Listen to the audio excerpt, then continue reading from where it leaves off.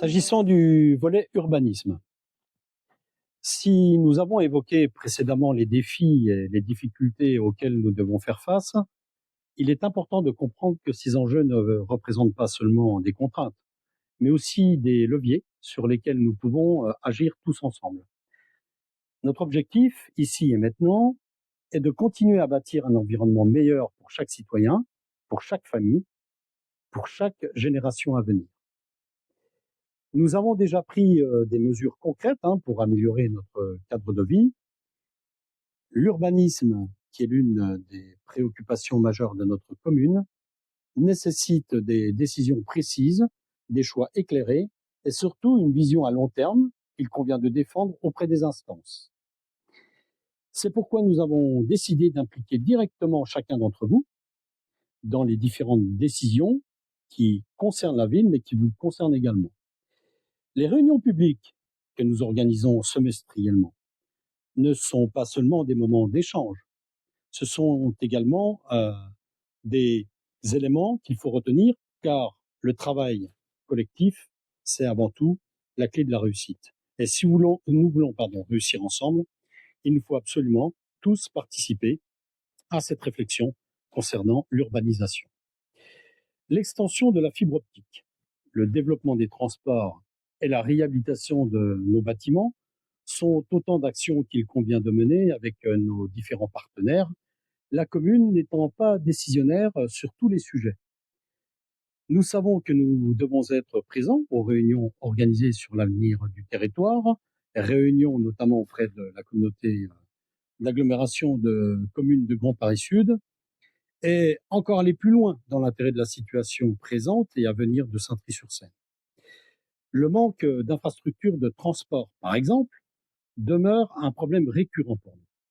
Nous ne pouvons pas accepter que certaines zones restent mal desservies, que certaines familles se retrouvent coupées du reste de la commune, même s'il s'agit là d'une minorité. Nous devons donc continuer à militer pour des solutions plus efficaces en matière de mobilité et surtout pour un réseau qui tienne compte de nos besoins réels ainsi que de ceux de nos voisins et amis de Morsan-sur-Seine. Au-delà de ces préoccupations, je dirais immédiates, notre avenir dépend également de notre capacité à intégrer des enjeux plus larges, comme ceux relevant de la transition écologique, par exemple. Le changement climatique et les crises environnementales sont des réalités que nous ne pouvons plus ignorer aujourd'hui. Notre responsabilité est avant tout de mettre en œuvre des solutions qui sont durables. C'est pourquoi nous avons déjà entamé des actions concrètes comme l'installation de récupérateurs d'eau, la mise en place de véhicules électriques pour nos services municipaux et le soutien aussi aux projets de jardinage pédagogique et écologique. Mais il nous faut bien sûr aller encore plus loin et à moindre coût, grâce à la recherche et à l'obtention de subventions. Dans le domaine de l'énergie, l'un de nos grands défis à venir sera de rénover nos bâtiments publics avec pour but de réduire notre consommation d'énergie et de rendre la commune plus résiliente face aux fluctuations des prix de l'énergie notamment. Nous devons continuer à encourager les particuliers à s'engager dans des démarches écologiques en facilitant notamment, pour exemple, l'implantation de panneaux photovoltaïques ou d'autres techniques vertes. Chaque geste compte et chaque décision individuelle contribue à un changement global. Parallèlement à ces enjeux écologiques, la question du logement reste aussi une priorité. Bien que l'arrêté de carence que nous subissons ait imposé des contraintes financières lourdes et limitantes, nous ne renonçons pas à notre mission de fournir des logements accessibles à tous. Le développement urbain nous oblige à intégrer des nouvelles exigences sociales et environnementales en respectant les normes de sécurité et de qualité de vie de plus en plus draconiennes. Nous devons continuer, tous autant que nous sommes, à œuvrer pour un équilibre entre urbanisation et préservation de notre cadre de vie. Cela doit passer par une révision du plan local d'urbanisme, le fameux PLU, mais cette révision ne peut se faire que sur le long terme. Nous ne pouvons pas imposer de changements significatifs avant plusieurs années, car cela nécessite une concertation approfondie, des études de faisabilité et des analyses qui prennent en compte tous les aspects du développement communal. La révision du PLU n'est donc pas une action immédiate, mais bien une action qui se construit dans le temps. Elle ne peut donc être envisagée qu'après 2026.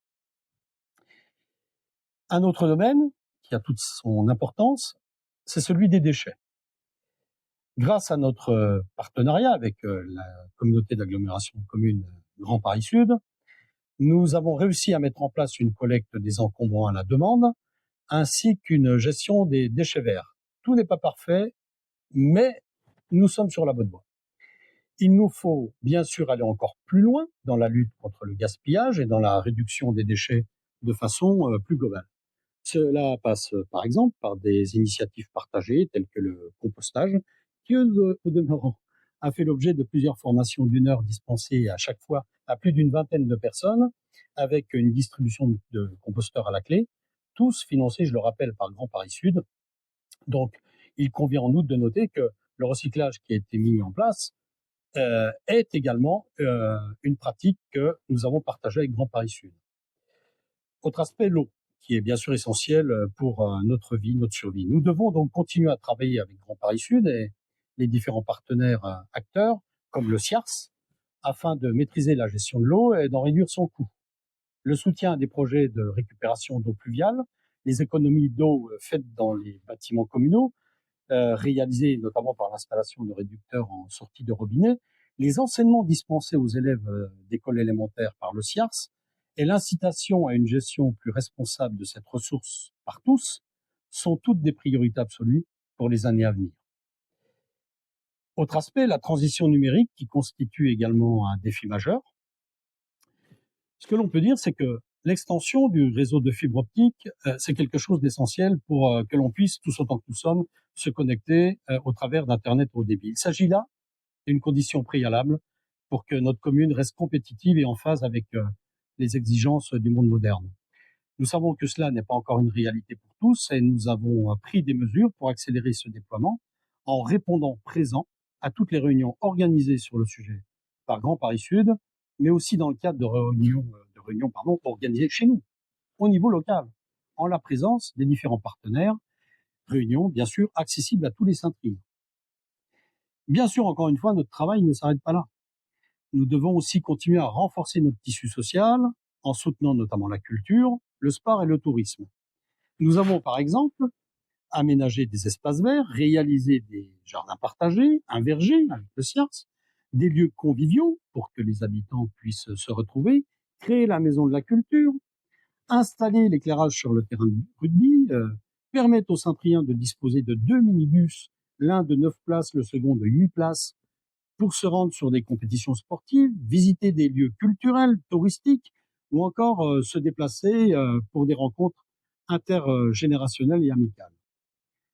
Le développement des espaces communaux participe lui aussi à la qualité de vie de Saint-Try, mais aussi à la préservation de son environnement. C'est pourquoi nous avons toujours favorisé l'implication citoyenne, qui est au cœur de ces projets, et que nous saluons régulièrement. Nous le savons tous, les défis sont nombreux et ils sont loin d'être faciles à relever. Mais notre engagement reste et demeure total.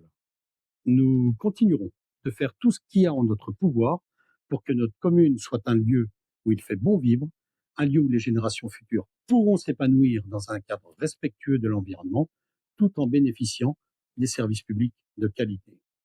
Pour cela, nous avons besoin de chacune et de chacun d'entre vous. Votre engagement, vos idées, votre participation active sont essentielles pour faire ensemble de nos visions une réalité. Ensemble, nous pouvons continuer à transformer notre commune en bien, relever les défis et préparer un avenir plus serein et durable pour tous.